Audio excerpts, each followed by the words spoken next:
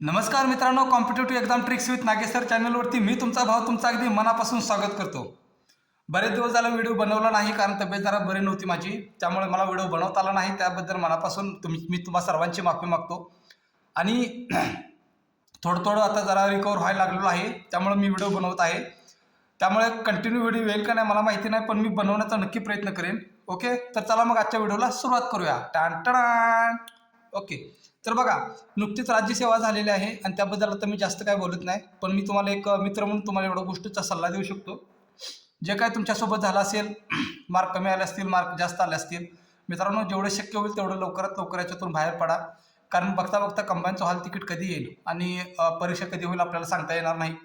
त्यामुळं ह्या गोष्टी आपल्यासोबत घडतच राहतात, कमी जास्त मार्क होत राहतात. त्यामुळे पटकन लवकर जेवढं होईल तेवढं यातून बाहेर पडा आणि कंबाईनवरती फोकस करा. Okay okay. आणि दुसरी सगळ्यात महत्त्वाची गोष्ट सांगतो मित्रांनो, बघा मी तुम्हाला, ह्या प्रवासामध्ये हार जीत, चढ उतार, रडणं, अपयश, एकटं वाटणं, निराश वाटणं, ह्या गोष्टी खूप कॉमन आहेत, खूप कॉमन आहेत, खूप कॉमन आहेत. ओके, त्यामुळे एक गोष्ट कर, असं मला वाटते ना, यार तुम्ही एवढं स्ट्रॉंग बना ना, की तुम्ही रडायला लागल्यानंतर तुमचं डोळ्यातील अश्रू पुसण्यासाठी सुद्धा तुम्हाला कोणाची गरज नाही लागली पाहिजे. तुम्हाला समजून सांगायसाठी कोणाची गरज नाही लागली पाहिजे, कारण तुम्हाला स्वतःची समजून स्वतः घालता आले पाहिजे. एवढं तुम्ही स्ट्रॉंग बना, कारण ह्या प्रवासामध्ये लक्षात ठेवा. पण क्लिअर? ओके, तर त्याला जास्त वेळ नाही घेता, आज मी एक महत्त्वाचा टॉपिक ज्याच्यावरती आयोग वारंवार प्रश्न विचारतं आणि बऱ्याच मला ना तो खूप कन्फ्यूज वाटतो, तो आपण टॉपिक या ठिकाणी घेणार आहोत. त्याचं नाव आहे चलनवाढ. त्याचं नाव आहे चलनवाढ. बघा, मी पाठीमागच्या व्हिडिओमध्ये तुम्ही बघितलं असेल, मी तुम्हाला बऱ्याच वेळा बोललो आहे की इकॉनॉमिक्स हा माझा म्हणजे ग्रॅज्युएशनला सब्जेक्ट होता आणि मला माझ्या त्या शिक्षकाने शिकवलं, म्हणजे त्या शिक्षकांनी माझ्यामध्ये इकॉनॉमिक्सची गोडी निर्माण केली, लक्षात ठेवा. ओके, आणि इतक्या भारी पद्धतीने त्यांनी सांगितलं ना, तेव्हापासून इकॉनॉमिक्स मला आवडायला लागला. आणि इकॉनॉमिक्स ज्यांना ज्यांना इकॉनॉमिक्स आवडत नाही किंवा किचकट वाटतो, त्यांनी आजचा व्हिडिओ हा पूर्ण बघायचा, अजिबात स्किप न करता. मी तुम्हाला गॅरंटी देतो की तुम्हाला सुद्धा हा विषय खूप आवडायला लागेल. ओके, इतका सोपा विषय आहे. म्हणजे मी शिकवत असताना, तुम्हाला सांगत असताना तुम्हाला माहिती आहे की माझ्या दैनंदिन जीवनामध्ये किंवा आपल्या आसपासच्या जगामध्ये घडणाऱ्या गोष्टींची उदाहरणं दिली ना, तर ती गोष्ट एकदम आपल्या पक्की लक्षात राहते. आणि त्यात आपण मी गावाकडचा आहे, त्यामुळे माझी भाषा तुम्हाला पटकन समजते. ह्या गोष्टीच मला खरं खूप खूप कौतुक वाटते. ओके, त्यामुळे आजचा हा व्हिडिओ ना, आजचा चॅप्टर बघितल्यानंतर तुम्ही स्वतः कमेंट करायला मजबूर होणार की यार खूप सोप्या पद्धतीने तुम्ही सांगितलं आणि मला पक्क समजतंय. त्यामुळे इकॉनॉमिक्स हा खरंच म्हणजे अवघड विषय आहे, किचकट विषय आहे, ही कन्सेप्ट डोक्यातून काढून टाका. कारण आतापर्यंत तुम्ही त्याच्याकडे फक्त अवघडलेल्या दृष्टिकोनातून बघितले. आज तुमचा दृष्टिकोन बदलायला नक्कीच मदत होईल, याची गॅरंटी मी तुम्हाला देतो. ओके, तर चला, चलनवाढ म्हणजे काय बघा. खूप सोपं आहे बरं का. फक्त व्हिडिओ स्किप न बघता करता तुम्ही नाही, शेवटपर्यंत बघा, बस झालं, तुम्हाला समजून जाईल. बघा, चलनवाढ बघा नावामध्येच आहे. आता मी कसं करतो, त्याला पुढे सरकतो बा. बघा, चलनवाढ, चलन वाढ. चलन म्हणजे काय? पैसा. चलन म्हणजे काय? पैसा. ओके, पैशामध्ये होणारी वाढ. वाढ म्हणजे काय? चलनवाढ. बस नावामध्येच आहे. चलनवाढ म्हणजे काय? पैशामध्ये होणारी वाढ. मग पैशामध्ये होणारी वाढ. मग इथं आता लक्षात ठेवायसाठी मी काय करतो बघा, नुसतं काय, ते शिकण्याच्या अगोदर तीनच कन्सेप्ट महत्त्वाच्या मी तुम्हाला सांगतो. बघा, इथं तुम्हाला दोन शब्द महत्त्वाचे आहेत. एक आहे पुरवठा, दुसरे आहे मागणी, तिसरा आहे खरेदी शक्ती. खरेदी शक्ती. ओके, चौथा आहे मूल्य. मूल्य, नंतर पुन्हा काय आहे? किंमत. ओके, नंतर काय आहे? किंमत. ओके, आता मूल्य, किंमत आणि मूल्य हे आपल्याला मराठीमध्ये समजणारे शब्द वाटतात, पण इकॉनॉमिक्समध्ये तसं नाही, लक्षात ठेवायचं. ओके, बरं बघा पुढं कसं असतंय बघा. पुरवठा म्हणजे काय हो? बघा, आता हे आपलं समजून घेताना असं लक्षात ठेवायचं, हे मार्केट आहे. हे काय? मार्केट आहे, बाजार आहे वगैरे असं समजा. आणि एखादी गोष्ट मार्केटमध्ये जास्त प्रमाणामध्ये उपलब्ध झाली, त्याला म्हणायचं पुरवठा जास्त आहे. मग त्याला म्हणायचं काय? पुरवठा जास्त आहे. मागणी म्हणजे काय? ही ह्या एवढ्या वस्तू आहेत, तर मागणारे लोक जर एवढे आहेत, मागणारे लोक समजा एवढे आहेत, एवढी लोक मागणे आहेत, तर आपण काय म्हणतो? पुरवठा कमी झाला आणि मागणी जास्त झाली. ओके, पुरवठा कमी झाला आणि मागणी जास्त झाली. ही कन्सेप्ट तुम्हाला समजली असेल. आता पुरवठा समजला असेल. आता खरेदी शक्ती म्हणजे काय समजून घ्या. बघा, खरेदी शक्ती, खरेदी म्हणजे नाव लगेच तो शब्द फोडायचा तिथल्या तिथं. खरेदी म्हणजे खरेदी करण्याची शक्ती, म्हणजे खरेदी शक्ती. म्हणजे फॉर एक्झाम्पल उदाहरण तुम्हाला सांगतो बघा. समजा दोन आंबे आहेत. ओके, दोन आंबे, आणि ते दोन आंबे मिळतात मला 10 रुपयाला. 10 रुपयाला 10 रुपयाला दोन आंबे मिळतात. तर काय झालं, ह्या 10 रुपयामध्ये किती आंबे मी खरेदी करू शकतो?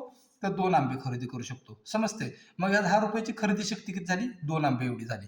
पण कळला एवढंच आहे. कायच ह्या टॉपिकमध्ये खरंच काय नाही. तुम्हाला इतकं सोपं वाटेल ना, तुम्ही फक्त लक्ष द्या म्हणजे बाद झालं. ओके, बघा 10 रुपयामध्ये 2 आंबे मिळतात म्हणजेच काय झालं, 10 रुपयाची खरेदी शक्ती 2 झाली. पण कळला. ओके, किंमत आणि मूल्य.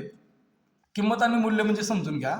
बघा 2 आंबे, इथं मूल्य आपण वेगळ्या अर्थाने घेणार आहे. म्हणजे कसं बघा, 2 आंबे ओके 10 रुपयाला, ह्यात पाठीमागच्या उदाहरणात म्हणजे 2 आंब्याची किंमत झाली 10 रुपये. लक्षात ठेवा, 2 आंब्याची किंमत झाली 10 रुपये. आणि मूल्य ह्याचा अर्थ आपण 2 अर्थाने घेऊ शकतो इथं. मूल्य म्हणजे काय, एक म्हणजे महत्त्व पण घ्या आणि दुसरं घ्या समाधान. समाधान ओके, समाधान घ्या.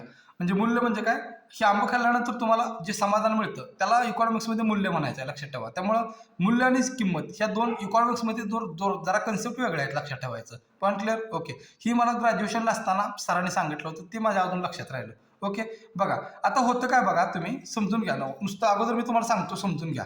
आणि इकॉनॉमिक्स असं चक्रातून शिकायचं असतं. चक्रातून. चक्र म्हणजे कसं, असं गोल चक्र असं फिरवायचं. म्हणजे कसं बघा, मी कसं फिरवतो चक्र आता नुसतं येतो बघा. काय हे चक्राकडे लक्ष द्या तुम्ही. चक्र चक्र ज्याला करता आलं नाही इकॉनॉमिक्समध्ये, त्याला इकॉनॉमिक्स सगळ्यात सोपा विषय. कसा आता करतोय बघा चक्र. मला सांगा, तुम्ही मंडईमध्ये गेला. ओके, मंडई म्हणजे किंमत किंमत वाढते कधी, किंमत वाढते कधी ओके, व कमी कधी होते, कमी कधी होते. ओके, ह्या 2 गोष्टी आहेत महत्त्वाच्या. आता बघा मला सांगा, मार्केटमध्ये आंब्याचा सीझन सुरू झाला आहे. ओके, आंब्याचा सीझन सुरू झाला. आंब्याचा सीझन सुरू झाल्यानंतर पहिल्यांदा एक माणूस टोपली घेऊन आला. ह्यात आंबे आहेत बरं का, हे आंब्यासारखे दिसत नाही पण आंबे म्हणा समजा. एक माणूस पहिल्यांदा आंब्याची टोपली घेऊन आला. ओके, तर पहिल्यांदा जो आंब्याची टोपली घेऊन आला ना, त्याला किंमत जास्त मिळते. त्याला किंमत जास्त मिळते का, कारण त्याला कॉम्पिटिशन कोण नसतं. ओके, म्हणजे काय बघा, पुरवठा कमी, रिपीट, पुरवठा कमी, मागणी जास्त, किंमत जास्त. म्हणजे समजते. म्हणजे इथं मी चक्र कसं काढलं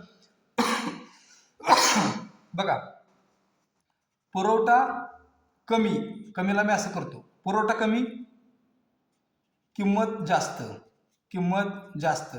ओके, किंमत जास्त, मागणी जास्त, मागणी जास्त. ऍक्च्युली मी इथं ठेवायला पाहिजे, तो पुरवठा कमी असला की मागणी जास्त होते आणि किंमत वाढते त्याची. का, कारण पुरवठा कमी आहे. पण मार्केटमध्ये सगळे जर आंबे घेऊन बसले तर बघा, सगळे जर आंबे घेऊन बसले की तुम्ही किती फिरला असाल बघा. हे म्हणते या 100 रुपयाला 10 घ्या, हे म्हणते 50 रुपयाला घेऊन जावा, हे म्हणते 10 रुपयाला जाता जाता उठलोय 10 रुपयाला घेऊन जावा. एवढं कमी होत म्हणत नाही. तुम्हाला सांगायचं काय की बघा, जास्त आंब्याच्या टोपल्या घेऊन माणसं बसल्यानंतर त्यांच्या आंब्याचा दर कमी होतो. म्हणजेच काय, पुरवठा जास्त, किंमत कमी, किंमत कमी. आता इथं मागणी जास्त किंवा कमी, तिथं तुम्हाला समजून जाईल पुढे मी काय म्हणतोय ते. आता तुम्ही जरा थोडंसं कन्फ्यूज व्हाल. समजते. ओके, बघा आता मला काय म्हणायचं आहे, एवढं जर तुमच्या लक्षात आली काय, पुरवठा आणि किंमत, पुरवठा आणि किंमत ह्या व्यस्त टर्म आहेत. लक्षात ठेवायचं, पुरवठा आणि किंमत व्यस्त टर्म आहेत. म्हणजे कसं बघा, पुरवठा कमी, पुरवठा जास्त असेल तर किंमत कमी, पुरवठा जास्त असेल तर किंमत कमी. आणि मागणी आणि किंमत ह्या काय म्हणतात त्याला, समचलन आहे. याच्यामध्ये समचलन, मागणी जास्त, किंमत जास्त, मागणी जास्त, किंमत जास्त, मागणी कमी, मागणी कमी, किंमत कशी कमी होणार. समजते. ओके, झालं एवढंच आहे. आता मी कसं कसं एक गोष्ट तुम्हाला सांगतोय, नीट लक्ष देऊन बघा. काय बघा, चलनवाढ म्हणजे काय, क्राउथर हे खूप मोठे अर्थतज्ञ आहेत. त्यांनी काय सांगितलं, चलनवाढ म्हणजे अशी परिस्थिती ज्यामध्ये पैशाचे मूल्य घटते, पैशाचे मूल्य घटते आणि किंमत पातळीत वाढ होते. आता या शब्दाला पूर्ण समजून घ्या. बघा कसं मला म्हणायचं आहे तुम्हाला, किंमत वाढ होते म्हणजे मार्केटमध्ये भरपूर पैसा आलाय. समजा मार्केटमध्ये काय झालं, भरपूर पैसा आलाय. मग पैसा आल्यामुळे काय झालं, बरं राहू द्या, ती काय मग अशी सांगितलं तुम्हाला, पैशाचे मूल्य घटते व किंमत पातळीत वाढ होते. एवढं पॉईंट क्लिअर. आता बघा, चलनवाढीलाच काय म्हणतात, किंमत वाढ म्हणतात. लक्षात ठेवायचं, चलनवाढ झाली, किंमत वाढ झाली, त्यालाच म्हणतात भाववाढ, त्यालाच म्हणतात मुद्रास्फीती. कधी कधी काय करतो आयोग, ह्या गोष्टी चलनवाढीच्या ऐवजी मुद्रास्फीती शब्द वापरताना आपल्याला आपण हँग झाल्यासारखं होतो. आपल्याला समजतच नाही नेमकं इथं मग काय केलं नेमकं. समजते. तर तिथं अवघडून जायचं नाही, कारण हे सगळे शब्द एकत्रच आहेत. आणि ह्याच्या विरुद्ध जर शब्द कुठले असतील, चलनवाढीच्या विरुद्ध आपण चलन घट म्हणू शकतो, किंमत वाढीच्या विरुद्ध आपण किंमत घट म्हणू शकतो, भाववाढीच्या ऐवजी आपण मुद्रास्फीतीच्या ऐवजी आपण मुद्रा अवस्फीती म्हणू शकतो. Point clear. ओके, एवढ्या सोप्या गोष्टी आहेत. ओके, बरं चला बघा, चलनाची खरेदी शक्ती कमी होते. ही पॉईंट तेवढं समजून घ्या बरं का. पॉईंटवर फोकस करा. म्हणजे कसं बघा, चलनवाढ झाल्यानंतर कसं होतं, चलनवाढीच्या अगोदर समजा 10 रुपयाला दोन आंबे मिळत होते, 2 आंबे मिळत होते. आता चलनवाढ झाली म्हणजे आंब्याची किंमत पण वाढली. मग आता काय झालं, 10 रुपयाला 1 आंबा मिळायला लागला, ₹10 एक आंबा मिळायला लागला. चलनवाढ झाल्यामुळे मी काय सांगितलं, वस्तूच्या किमती वाढतात. रिपीट, चलनवाढ झाल्यामुळे काय होतात, वस्तूच्या किमती वाढतात. रिपीट, चलनवाढ झाल्यामुळे काय होतं, वस्तूच्या किमती वाढतात. किमती वाढल्या म्हणजे काय झालं, खरेदी शक्ती कमी झाली. म्हणजे ₹10 अगोदर 2 आंबे मिळत होते, आता ₹10 फक्त एक आंबा मिळतोय. म्हणजेच काय झालं, वस्तूची खरेदी शक्ती कमी झाली. म्हणजे हा पॉईंट तुमच्या लक्षात आला. वस्तू व सेवांची मागणी वाढते. आता मागणी वाढते म्हणजे काय बघा, मागणी आता तिथं दुसऱ्या अर्थाने घ्यायचं. म्हणजे कसं, चलनवाढ झाली, लोकांच्या हातात पैसा आला.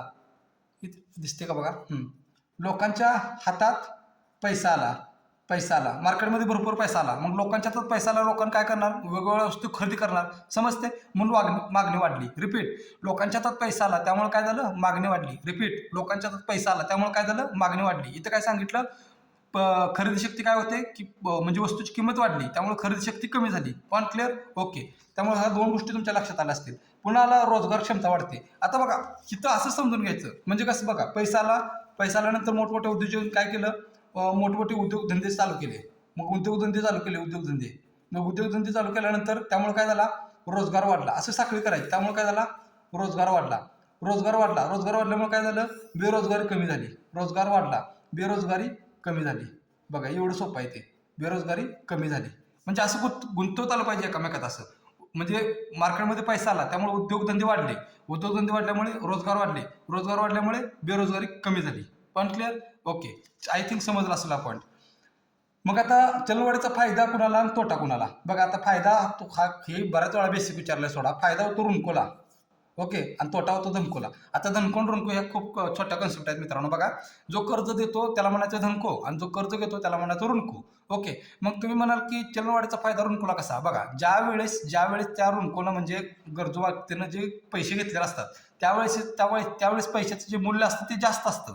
समजते का, त्यावेळेस त्या पैशाचं मूल्य जास्त असतं. पण ज्यावेळेस त्याला परतफेड करायची असते आणि त्यावेळेस समजा मार्केटमध्ये भरपूर पैसे आलेले असतात, त्यावेळेस त्या पैशाचं मूल्य कमी झालेलं असतं. समजते का, त्यामुळे त्याला असं वाटत नाही की मला ती दिलेली रक्कम एवढी मला रक्कम मिळाली, त्याला ते समाधान मिळत नाही. कळलं का. त्यामुळे असं म्हटलं जातं की चलनवाढीचा जो फायदा आहे तो कुणाला जास्त होतो, ऋणकोला जास्त होतो, आणि तोटा कुणाला होतो, धनकोला होतो. समजते, ओके. बघा मित्रांनो, जर मला स्पीडनं बोलायची सवय आहे, फक्त इकडे तिकडे जर काय झालं, शब्द इकडे तिकडे, तेवढं लगेच शब्द एवढाच पकडून धरू नका. समजते का, नाही तर उगाच हे असं झालं बघा तसं झालं बघा, उगाच डोक्याला ताप. चला, आता WPI आणि CPI ह्या 2 पद्धती आहेत, लक्षात ठेवा. ह्याला म्हणतात, WPI म्हणतात की घाऊक किमतीचं निर्देशांक, आणि ह्याला CPI म्हणतात ग्राहक किमतीचं निर्देशांक. सोपं आहे एकदम, ओके. ह्याच्यावरती प्रश्न कसा येतो बघा, WPI किती वस्तूंवरती काढला जातो, 697 वस्तूवरती. ओके, मग वस्तूंचं वर्गीकरण कसं केलं जातं बघा, प्राथमिक वस्तू, इंधन गटातील वस्तू, उत्पादित वस्तू. ओके, मग प्राथमिक वस्तू किती घेतल्या, 117, इंधन वस्तू किती घेतल्या, 16, आणि उत्पादित वस्तू किती घेतल्या, 564. त्यामुळे इथे एवढंच विचारलं जातं, त्यामुळे मी जास्त ती काही खेळत बसत नाही. ओके, वस्तूंच्या घाऊक किमतीवरून काढला जातो हा WPI. ओके, आणि याच्यामध्ये काय होतं, फक्त वस्तूंच्या किमतीचा समावेश असतो WPI मध्ये. बघा, WPI मध्ये फक्त वस्तूंच्या किमतीचा समावेश असतो, आणि CPI मध्ये काय असतं, म्हणजे जीवनावश्यक वस्तू असतात त्याच्यामध्ये सोडा, पण वस्तू आणि सेवा गटातील असतात. ओके, म्हणजे वस्तू मुख्यतः जीवनावश्यक वस्तू आणि सेवा गटातील, म्हणजे इथं फक्त वस्तू आहे लक्षात ठेवा, आणि इथं वस्तू आणि सेवा दोन्ही आहेत लक्षात ठेवायचं. म्हणून CPI ला काय म्हणतात, कॉस्ट ऑफ लिव्हिंग इंडेक्स म्हणतात. ओके, रिपीट, हे वाक्य तुम्हाला वाचून जातो. CPI मधील वस्तू मुख्यतः जीवनावश्यक वस्तू व सेवा गटातील असतात, म्हणून CPI ला कॉस्ट ऑफ लिव्हिंग इंडेक्स असं म्हणतात. ओके, आणि मी काय सांगितलं, रिपीट, WPI मध्ये काय सांगितलं, फक्त वस्तूंच्या किमतीचा समावेश होतो. तसं CPI मध्ये काय होतं, वस्तू व सेवांच्या किमतीचा समावेश होतो. हा दोघांमधला बारका डिफरन्स आहे. आय थिंक त्यात गोष्टी तुम्हाला समजल्या असतील. ओके, तर चला पुढं.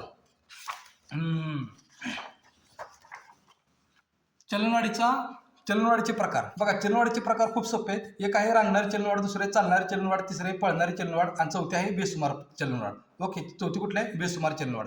आता रांगणारी चलनवाढ, बघा, प्रत्येकाच्या घरामध्ये लहान मुलं असेल, ते लहान मुलाचे जे काय टप्पे आहेत, लहान मुलाचे जे काय टप्पे आहेत, ते टप्पे जर तुम्ही लक्षात ठेवले तर बघा, म्हणजे एखादं लहान मुलं असेल, पहिल्यांदा काय होतं, उठल्या काय म्हणजे सॉरी उठल्या म्हणते लहान मुलं असतं. ओके, जलमलं काय ते काय लगेच पळायला चालू करत नाही, ते पहिल्यांदा रांगतं. ओके, रांगायला लागलं की पुन्हा हळूहळू चालायला चालू करतं, चालायला लागलं की पुन्हा हळूहळू पळायला चालू करतं, आणि पळायला लागलं की पुन्हा मग पुन्हा बेसुमार होतं. एवढंच लक्षात ठेवायचं. लहान मुलं आठवायचं म्हणजे चलनवाढीचे तुमचे प्रकार लक्षात राहतील. समजते, रिपीट, लहान मुलं आठवायचं म्हणजे चलनवाढीचे प्रकार तुमच्या लक्षात राहील. लहान मुलं पहिल्यांदा काय करतं, रांगतं, इथं येतो बाबा, रांगते, नंतर काय करते, चालते. ओके, नंतर काय करते, पळते, आणि जर मोठं झालं का आगाऊपणा करतो, कुणाला ऐकत नाही, त्याला आपण म्हणू बेसुमार. ओके, झालं. हे चलनवाढीचे प्रकार आहेत. म्हणजे मग प्रकार ठरवले कशावरून, टक्केवरून ठरवले. बघा जर मार्केटमध्ये जे चलनवाढ आहे अर्थव्यवस्थेमध्ये जे 3%पेक्षा जर कमी असेल तर तिला म्हणायचं रांगणारी चलनवाढ. आणि ही चलनवाढ धोकादायक नसते, लक्षात ठेवायचं. ही चलनवाढ धोकादायक नसते. जर चलनवाढचा दर 3% ते 7% पर्यंत असेल, ओके, तर ही अशी चलनवाढीला म्हणायचं चालणारी चलनवाढ. ओके, आणि ही जी चलनवाढ आहे ती मार्केटला म्हणजे आपल्याला आवश्यक असते किंवा अनुकूल असते असं म्हटलं जातं. कुठली चालणारी चलनवाढ. Point clear. ओके, ही जर 10%च्या वर चालली तर सरकारने ते आटोक्यात आणण्यासाठी प्रयत्न करायला पाहिजे. Okay okay. तिसरं आहे पळणारी चलनवाढ. पळणारी चलनवाढीचा दर किती? 10% ते 20% एवढा असतो, लक्षात ठेवा. आणि पळणारी चलनवाढीचा सर्वात जास्त फटका बसतो गरिबांना बसतो. कुणाला बसतो? गरिबांना बसतो, लक्षात ठेवा. नंतरच्या बेसुमार चलनवाढ. बेसुमार चलनवाढ कशाला म्हणतो आपण? 20%पेक्षा जास्त आणि आटोक्यात आणण्यासाठी जी कठीण असते त्याला म्हणायचं बेसुमार चलनवाढ. रिपीट. रांगणारी चलनवाढ 3%पेक्षा कमी, चालणारी चलनवाढ 3 ते 7%, पळणारी चलनवाढ 10 ते 20%, बेसुमार चलनवाढ 20%पेक्षा जास्त. रिपीट. रांगणारी चलनवाढ 3%पेक्षा कमी, चालणारी चलनवाढ 3 ते 7%, पळणारी चलनवाढ 10 ते 20%, बेसुमार चलनवाढ 20%पेक्षा जास्त. Point clear. ओके, एवढंच आहे याच्यामध्ये. आता महत्वाचं बघा, पॉईंट क्लिअर. तो तुमचा इथंच होऊन जाईल. किंमत वाढण्याची कारणे. किंमत वाढण्याची कारणे. आता ह्याच्यावरती बऱ्याच वेळा प्रश्न विचारला बरं का. ही एवढं जर लक्षात आलं ना मित्रांनो, आता पण मला नाही वाटत की हा चॅप्टर पुन्हा तुम्हाला रिपीट बघावं लागेल. त्यामुळे मी सांगितलं तुम्हाला काय, की पूर्ण फोकस या ठिकाणी एवढा करा ना की तुम्हाला पुन्हा असं वाटलंच नाही पाहिजे की हा टॉपिक मला समजला नाही. ओके, बघा. किंमत वाढ कशावर ठरते? मी सांगितलं मागणी आणि पुरवठ्यानुसार ठरते. बघा मार्केटमध्ये मागणी जास्त असेल तर किंमत जास्त असते. ऑब्व्हियसली म्हणजे बरोबरच आहे ना. एखाद्या गोष्टीला आता मला सांगा, थंडीचे दिवस आले, थंडीच्या दिवसामध्ये स्वेटरवाले वगैरे बघा तिथं स्टॉल वगैरे लावतात. ओके, कारण त्यांना माहिती आहे की थंडीच्या दिवसामध्ये या स्वेटरची मागणी जास्त आहे. त्यामुळे त्यांचं बघा एवढा जर स्वेटर असला तर ते सांगतात 250 रुपये, 300 रुपये, 400 रुपये. समजते का? आणि ते जर पुन्हा उन्हाळ्यात जर त्यांनी स्टॉल लावले तर त्या उन्हाळ्यात त्याला मागणी असेल का त्या स्वेटरला थंडीतल्या? अजिबात नाही. एखादा असते घालून बसते सोडून द्या, पण त्या अपवाद सोडून द्या. ओके, पण उन्हाळ्यात जर त्या स्वेटरला मागणी असेल का? नाही. मग मागणी जर नसेल तर त्याला जर म्हटलं की बाबा ही स्वेटर एवढा देतो का, ते म्हणते घेऊन जा. समजतंय? म्हणजे काय सांगायचं मला, मागणी जास्त तर त्याला किंमत जास्त आहे. ओके, किंवा फॉर एक्झाम्पल आता आपलं माझंच उदाहरण घ्या आता. ओके, आता जर मी कदाचित पोस्ट होल्डर असतो किंवा मी पोस्ट काढली असती तर कदाचित मी जर एखादी बॅच लॉन्च केली असती, तुम्ही लगेच पटापटा येऊन जाता, लगेच पटापटा. का? कारण मागणी जास्त आहे. म्हणजे मागणी जास्त आहे त्यामुळे किंमत जास्त आहे. म्हणजे एखादी पोस्ट असली की त्या माणसाची व्हॅल्यू पण वाढते, लक्षात ठेवा. आज माझ्याकडे काहीच नाही त्यामुळे माझी मागणी कमी आहे. ओके, त्यामुळे किमतीचा काय प्रेस्टिज येत नाही. समजतंय का? ओके. आता मागणी कमी असली म्हणजे कसं, तुम्हाला सांगितलं उदाहरण दिलं स्वेटरचं, म्हणजे किंमत कमी. Point clear. ओके, ह्याच्याबरोबर इथं म्हणजे काय तुम्हाला लक्षात आलं, इथं आहे समचलन बरं का. इथं आहे समचलन आणि इथं व्यस्त चलन आहे. व्यस्त चलन म्हणजे पुरवठा आणि किंमतीमध्ये. बघा, पुरवठा जर मार्केटमध्ये जास्त झाला तर किंमत कमी होते. मी काय सांगितलं, आंब्याच्या टोपली घेऊन बसणारा माणूस एकटा असेल तर त्याला जास्त किंमत मिळते, पण त्या कडकडून सगळी जर आंबे घेऊन बसले तर किंमत ऑटोमॅटिक कमी होणार आहे आणि त्याला फायदा कमी होणार आहे. Point clear. ओके, पुरवठा कमी असला तर किंमत वाढते. ही तर का कमी वाढते हो? असं का होतं सांगा? कारण काय म्हणतो आपण त्याला, की एखादी गोष्ट दुर्लभ असते. बघा आता म्हणजे मला समजलं असेल तुम्हाला काय सांगायचं. म्हणजे फॉर एक्झाम्पल बघा, एक बिहारमध्ये एक गाव आहे, तिथं असं सांगितलं जाते की जे असं म्हणजे टक्कल पडले लोकांना. ओके, आता मला पण पडले थोडं सोडा. चक्कल पडले लोकांना त्यांच्या म्हणजे डोक्यावरती केस उगवतात. म्हणजे हे बाजाराला एकट्यालाच माहिती आहे. ओके, त्यामुळं पुरवठा कमी आहे त्या गोष्टीच्या औषधाचा. समजतं का? त्यामुळे तो म्हणेल ती किंमत द्यायला लोक तयार आहेत. समजते? ओके, ही गोष्ट मला उदाहरण आठवलं म्हणून मी तुम्हाला सांगितलं, म्हणजे पटकन तुमच्या लक्षात राहिलं असं. ओके, चला पुढं. वस्तू सेवांच्या मागणीत वाढ घडवून आणणारे घटक. आता एवढे घटक आहेत. आयोग प्रश्न याच्यावरती विचारतं कसं बघा, लक्षात ठेवा. बरं, हे रिपीट करतो बरं का तुम्हाला. रिपीट. मागणी जास्त किंमत जास्त, मागणी कमी किंमत कमी. ओके, पुरवठा जास्त किंमत कमी, पुरवठा कमी किंमत जास्त. रिपीट. मागणी जास्त किंमत जास्त, मागणी कमी किंमत कमी, पुरवठा जास्त किंमत कमी, पुरवठा कमी किंमत जास्त. Point clear. ओके. वस्तू सेवाच्या मागणीत वाढ घडवून आणणारे घटक. आता ह्या घटकावरती पूर्ण फोकस करा बरं का. ह्या घटकांवरती काय म्हणलं मी, पूर्ण फोकस करा. का फोकस करा म्हणतो माहिती आहे का? या मागणीत वाढ करणारे घटक आहेत का नाही, त्याच्यामध्ये पुरवठ्यात घट करणारा घटक आहेत, हे एक घटक याच्यामध्ये ढकलला जातो. आणि कन्फ्यूज करताना ह्यामध्ये एवढंच कन्फ्यूज करता येते, ह्यामधल्या घटकामध्ये हा घटक ऍड करायचा किंवा ह्या घटकामध्ये हा घटक ऍड करायचा. Point clear. ओके, आता मी एक गोष्ट तुम्हाला मी पटवून देतोय बरं का. मी डायरेक्ट वाचत नाही, पटवून देतो म्हणजे तुमच्या पटकन लक्षात राहील. म्हणजे कसं बघा, वस्तू व सेवाच्या मागणीत वाढ घडवून आणणारे घटक.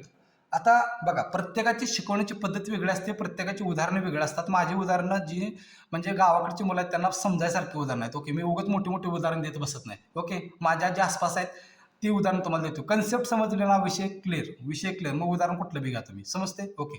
बघा, मागणी वाढते, शासकीय खर्चातील प्रचंड वाढ. आता बघा, शासनानं समजा अशा योजना आणल्या, भरपूर योजना आणल्या. योजनामुळे काय झालं, लोकांच्या हातामध्ये पैसा गेला. फॉर एक्झाम्पल आता आपली लाडकी बहीण योजना घ्या. ओके, म्हणजे त्यामुळे काय झालं बघा, हा लाडकी बहीण योजना म्हणजे काय झाला, शासनाचा खर्च झाला तो. ओके, प्रत्येक महिलेला 1,500 रुपये दिले, शासनाचा खर्च झाला. मग पैसा हातात आल्यामुळे काय झालं, मागणी वाढली का मागणी वाढली. Point clear. तुटीचा अर्थ भरणा म्हणजे काय समजून घ्या. मार्केटमध्ये मंदीची परिस्थिती आहे. बघा, चलनवाढ म्हटलं नाही, एवढं लक्षात ठेवा की लोकांच्या हातामध्ये पैसा आलाय. बस एवढं जर तुम्ही लक्षात ठेवलं ना, बस तुमचं सगळं संपलं. लोकांच्या हातात पैसा आलाय किंवा बाजारात पैसा जास्त आलाय. ओके, त्यामुळे तो पैसा आपल्याला काढून घ्यायचा आहे, म्हणजे आपल्याला चलनवाढ आटोक्यात आणायची. एवढं जर तुमच्या लक्षात आलं तरी तुम्ही हा टॉपिक पूर्णपणे तुम्हाला समजला. तुटीचा अर्थ भरणा म्हणजे काय होतं बघा, ज्यावेळेस मंदीची परिस्थिती असते आणि आरबीआय काय करतं, नवीन नोटा छापतं. नोटा छापल्या म्हणजे काय झालं, मार्केटमध्ये पैसा आला म्हणजे काय झालं, मागणी वाढली. Point clear. चलन पुरवठ्यात वाढ. आता ही तर तुम्हाला सांगितले, चलन पुरवठा म्हणजे मार्केटमध्ये लोकांच्या हातात पैसा आल्यामुळे काय झालं, मागणी वाढली. खाजगी खर्चातील वाढ. बघा, खाजगी खर्च म्हणजे लोकांचा जो काय खाजगी खर्च असेल, त्या खाजगी खर्चासाठी म्हणजे जे काय म्हणजे खाजगी खर्च आपण दुसऱ्या अर्थानं घेऊया. समजा एखाद्याच्या काहीतरी चैनीच्या वस्तू वगैरे घ्यायच्या असतील त्या, ओके, काय तर असेल आणि लोकांकडे पैसा जास्त आहे, तर त्यावेळेस त्या वस्तूंची मागणी वाढणारच आहे ना. अशा अर्थानं आपण खाजगी खर्चातील वाढ लक्षात ठेवू शकतो. लोकसंख्येत वाढ. आता बघा, मार्केटमध्ये पैसा पण जास्त आहे आणि लोक पण जास्त आहेत असं समजलं तर लोकसंख्या जास्त असल्यावर मग मागणी कशी असणार, जास्तच असणार. काळा पैसा. आता काळा पैसा म्हणजे काय, असा पैसा जो माणसं असे म्हणजे बघा, ते काय बघा सापडतात बघा, कायच्या उशीत पैसे, कायच्या गादीत पैसे, काय जणांच्या कुठं ठेवते जावा पैसे, काय सांगता येत नाही माणसांचं. ओके, सांगायचं म्हटलं उद्देश काय मला माहिती आहे का, तो काळा पैसा आहे का आपण बँकेत ठेवू शकत नाही, कारण बँकेत ठेवला तर बँक विचारते एवढे पैसे कुठून आलं. मग ही लोक काय करतात, मग त्या काळा पैशात मग मोठा बंगला बांधायचा, मोठं घर म्हणजे गाडी घ्यायची, लग्न मोठी करायची. मग ते करत असताना त्या कालावधीपर्यंत त्या गोष्टींचा म्हणजे लग्न करायचं असेल तर हॉलचा म्हणजे कर्मचाऱ्यांचा, नवरीच्या दागिन्याचा वगैरे सगळ्याचा खर्च वाढतो. समजतंय का, म्हणजे मागणी वाढते, त्याला म्हणायचं मागणी वाढते. हा झाला काळा पैसा. नंतर पुन्हा झालं की एक उदाहरण दिले बरं का ना, मला लावून घेशील बाबा, मला म्हणजे जे आठवलं ते सांगितलं मी. ओके, अंतर्गत कर्जाची परतफेड. आता काय करतं, आरबीआय अंतर्गत कर्ज पण घेतं, ओके, आणि बहिर्गत कर्ज पण घेतं. मग अंतर्गत कर्जाची परतफेड जर केली तर काय झालं, मार्केटमध्ये पैसा गेला म्हणजे मागणी वाढली. ओके, प्रत्यक्ष करातील घट. आता प्रत्यक्ष करातील घट म्हणजे काय बघा, त्याला म्हणायचं स्वस्त पैशाचे धोरण, आणि करवीर वाढवलं तर त्याला म्हणायचं महाग पैशाचे धोरण. एकदम सोपं कन्सेप्ट काय अवघड नाही. प्रत्यक्ष करात घट केल्यामुळे काय झालं, लोकांकडे पैसे जास्त शिल्लक राहिलं. मग पैसे जास्त शिल्लक राहिल्यावर लोकांनी काय केलं, मागणी वाढवली. Point clear. ओके, स्वस्त पैशाचे धोरण म्हणजे काय, CRR म्हणजे SLR असेल त्याचं टक्केवारी जरा कमी करायची, त्याचं रेट आरबीआयनं कमी केलं तर मग त्याला म्हणायचं स्वस्त पैशाचे धोरण. मग स्वस्त पैशाचं धोरण झाल्यानंतर काय, मार्केटमध्ये म्हणजे काय, लोकांच्या हातात व्यापारी बँकांच्या हातात पैसा जास्त शिल्लक राहणं, त्याला मी मार्केट म्हणतोय, समजून घ्या. ओके, स्वस्त पैशाचे धोरण. मग जे CRR SLRचं प्रमाण कमी केल्यामुळे काय झालं, बँकांच्या हातामध्ये किंवा जास्त कमी पैसे म्हणजे जास्त पैसा शिल्लक राहिला म्हणजे काय झालं, मागणी वाढ झाली. Point clear. ओके, म्हणजे हा प्रत्येक टॉपिक पॉईंट जर तुम्हाला समजला तुमच्या भाषेत तर मला नाही वाटत की लक्षात ठेवणं तुमच्यासाठी अवघड होऊन जाईल. Point clear. ओके, आता बघा, वस्तू व सेवांच्या पुरवठ्यात घट घडवून आणणारे घटक. आता मी पाठीमागे सांगितले, पुरवठा कमी झाला की काय होतो, किमती वाढतात. रिपीट, पुरवठा कमी झाला काय होतं, किमती वाढतात. मग अशा कुठल्या गोष्टी आहेत की ज्यामुळे पुरवठा कमी होतो, घट होतो. बघा, कृषी उत्पन्नातील चढउतार. हे कसं सांगू तुम्हाला. बघा, आपली कृषी म्हणजे कशी पावसावरती अवलंबून आहे, आणि पाऊस कधी कमी येतो, कधी जास्त येतो. कधी पाऊस जास्त आला की मग कृषीचं उत्पादन वाढतं, मग आणि कधी कमी असला की कमी होतं. म्हणजे या चढउतारामुळे काय होतं, पुरवठ्यामध्ये घट होते. नंतर पुन्हा अपुरा औद्योगिक वाढ. बघा, आपल्या देशामध्ये भांडवल कसं आहे, मी सांगितलं लाजर भांडवल आहे. मग औद्योगिक वाढ व्हायसाठी काय लागते, भांडवल लागणार, गुंतवणूक लागणार. ओके, मग भांडवल कमी असल्यामुळे काय होतं, औद्योगिक वाढ जास्त होत नाही. मग औद्योगिक वाढ जर जास्त झालीच नाही, उद्योग जास्त आलेच नाहीत, नवीन वस्तू उत्पादन तयार कसं होणार, अजिबात होणार नाही. म्हणजे काय झालं, त्यांचा पुरवठ्यामध्ये घट झाली. Point clear. ओके, उत्पादन घटकांची दुर्मिळता म्हणजे काय झालं, म्हणजे अपवाद त्याला म्हणायचं. म्हणजे एखादं उत्पादन आहे ते एकच माणूस तयार करतोय, असा अर्थानं आपण समजू. एखादं उत्पादन आहे ते एकच माणूस तयार करतोय म्हणजेच काय झालं, दुसरं कोण करत नाही, म्हणजेच काय झालं, त्या गोष्टीचा पुरवठा कमी झाला, असा अर्थानं समजून घ्या. औद्योगिक कलह. बघा, कधी कधी काय होतं, किंमत वाढीसाठी पगारासाठी भांडणं होतात. मग त्यावेळी काय होतं, संप होतो. मग संप झाला की ती उद्योगधंदा बंद पडतो. मग बंद पडला की काय झालं, पुरवठ्यामध्ये घट झाली. असं समजून घ्यायचं. नैसर्गिक संकट बघा, शेतीमध्ये नैसर्गिक संकट वगैरे आले त्यामुळे उत्पादन काय झालं, कमी झालं. म्हणजेच काय झालं, पुरवठ्यामध्ये घट झाली. साठेबाजी आणि सट्टेबाजी ही पॉईंट लक्षात समजून घ्या बरं का. काळा पैसा इथं आहे लक्षात ठेवायचं. रिपीट, काळा पैसा इथं आहे आणि साठेबाजी इथं आहे. म्हणजे काय काय लोक काय करतात बघा, अंदाज घेतात भविष्याचा. त्यांना वाटतं की आता कांदा जर आपण लपवून ठेवलं म्हणजे साठवून ठेवलं आणि पुन्हा जर मार्केटमध्ये काढलं तर त्याची किंमत जास्त होणार आहे. मग ती काय करतात, कांदे वगैरे बघा तुम्हाला समजलं असेल, ते असे गोंदाम असं पडून ठेवतात, ते आपण साठवून ठेवतात. ओके, मग साठवून ठेवल्यामुळे काय झालं, मार्केटमध्ये त्याचा पुरवठा कमी झाला. ओके ओके, निर्यातीमध्ये वाढ. आता सगळं जर आपण बाहेर द्यायला लागलो तर आपण खायचं काय, साहजिक आहे. ह्यात काय विषय ह्यात आता काय, सॉरी, ह्यामध्ये आता काय विचार करायसारखं आहे सांगा. ओके, निर्यातीमध्ये वाढ. सगळं जर बाहेर पाठवलं तर मग आपल्याकडे ऑब्व्हियसली पुरवठ्याचा घटच येणार आहे ना. ओके, एकांगी वस्तू, एकांगी उत्पादन. आता बघा, एकांगी वस्तूचं उत्पादन नावावर जाऊ नका, मी सांगतोय त्याच्यावर लक्ष द्या. एकांगी वस्तू उत्पादन म्हणजे काय बघा, म्हणजे बघा काय, चैनीच्या वस्तू विकल्या तर जास्त फायदा मिळतोय असं जर काय लोकांना वाटलं तर ते काय करतात, फक्त चैनीच्या वस्तू निर्माण करतात. ओके, चैनीच्याच वस्तू निर्माण करतात. मग चैनीच्या वस्तू निर्माण केल्यानंतर बाकीच्या आपल्याला ज्या महत्त्वाच्या लागणार त्या गोष्टी तयार कोण करणार. मग झालं काय, त्या गोष्टींचा पुरवठ्यामध्ये घट झाली मार्केटमध्ये, समजते. त्याला म्हणायचं एकांगी उत्पादन. आणि घटत्या उत्पादन फलाच्या नियमाची कार्यवाही. आता घटत्या उत्पादन सिद्धांत काय माहिती आहे का यार, मोठा आहे तरी पण सांगतो तुम्हाला बघा काय असते. जर एक आता हे मग 13मध्ये शिकलो होतो बघा. घटत्या उत्पादन सिद्धांत कसा आहे, जर एखाद्या वस्तूचा तुम्ही उपभोग घेत गेला, एखाद्या वस्तू किंवा उपभोग घेत गेला तर त्या वस्तूच्या साठ्यामध्ये वाढ होत जाते आणि दिवसेंदिवस त्या वस्तूपासून मिळणारे जे काही समाधान आहे ते एक समाधान असं कमी कमी होत जातं. म्हणजे फॉर एक्झाम्पल काय सांगतो तुम्हाला बघा, तुम्हाला खूप भूक लागली आणि मी तुम्हाला एक आंबा दिला खायला, खा बाबा म्हणून तुम्ही एक आंबा खाल्ला, तर त्या आंब्यापासून मिळणारी जी सीमांत उत्पादकता म्हणजे काय आपण लक्षात ठेवू, इथं शेवटचं समाधान लक्षात ठेवू. काय बघा, आंबा खाल्ल्यानंतर तुम्हाला एक समाधान मिळलं. पहिला आंबा खाल्ल्यानंतर जे मिळालं ते जास्त होतं. मी म्हटलं दुसरा पण खा, तुम्हाला ते समाधान दुसरा आंबा खाल्ल्यानंतर काय झालं, त्याच्यापेक्षा कमी मिळालं. मी म्हटलं तिसरा पण खा, त्यामुळे काय झालं, पुन्हा अजून समाधान कमी मिळालं. चौथा पण खा म्हटलं, तुम्हाला एक वेळ अशी येते की तुम्हाला शिसार येते खायची बघा. म्हणजे झालं काय, इथं आंब्याच्या संख्येमध्ये वाढ होत गेली, समजते का, आंब्यांच्या संख्येमध्ये वाढ होत गेली, पण आंब्यापासून मिळणारे जे समाधान आहे ते समाधान कमी कमी होत गेलं. त्याला म्हणायचं घटत्या उत्पादन फलाचा सिद्धांत. कोणी म्हणला ते मला आता विसरून गेलो नाव, सोडा. फक्त एवढं लक्षात ठेवा, घटते उत्पादन फलाचा सिद्धांत कशामध्ये, पुरवठ्यामध्ये. पण clear. Okay okay okay okay. त्याच्यानंतर बघा, मी जास्त काही अवांतर आज बोललोच नाही. ओके, आणि बोलत पण नाही, वेळ भरपूर जातोय. तुम्हाला माहिती आहे मी बोलायला लागलो की 40 मिनिटं झालेलं समजत नाही. ओके ओके, चला. किंमतवाढ नियंत्रण करण्याचे उपाय. आता इथं बारकावं लक्षात ठेवा बरं का. आरबीआयचे जे उपाय चलनवाढ म्हणजे किंमतवाढ कमी करायचे त्याला म्हणायचं चलनविषयक उपाय. बघा मी काय म्हणतो, रिपीट. आरबीआयचे किंमतवाढ नियंत्रित करण्याचे जे उपाय आहेत त्याला म्हणायचं चलनविषयक उपाय. आणि सरकारचं जे काय चलनवाढ कमी करण्याचा उपाय आहे त्याला म्हणायचं राजकोषीय उपाय कधी कधी, किंवा वित्तीय उपाय म्हणायचं. कधी कधी काय करतं आरबीआय, चलनवाढ कमी करण्यासाठी राजकोषीय उपाय वापरते असं जर विधान आलं तर ते चुकीचं आहे, लक्षात ठेवा. किंवा सरकार चलनवाढ कमी करण्यासाठी चलनविषयक उपाय वापरते, चुकीचं आहे. कारण का, आरबीआयचे जे उपाय त्याला म्हणायचं चलनविषयक उपाय. ओके, आणि सरकारचा जो उपाय त्याला म्हणायचं राजकोषीय उपाय. Okay okay. आता चलनवाढ मार्केटमध्ये झालेली आहे, म्हणजे मार्केटमध्ये पैसा जास्त आहे, तर कमी कसा करायचा बघा.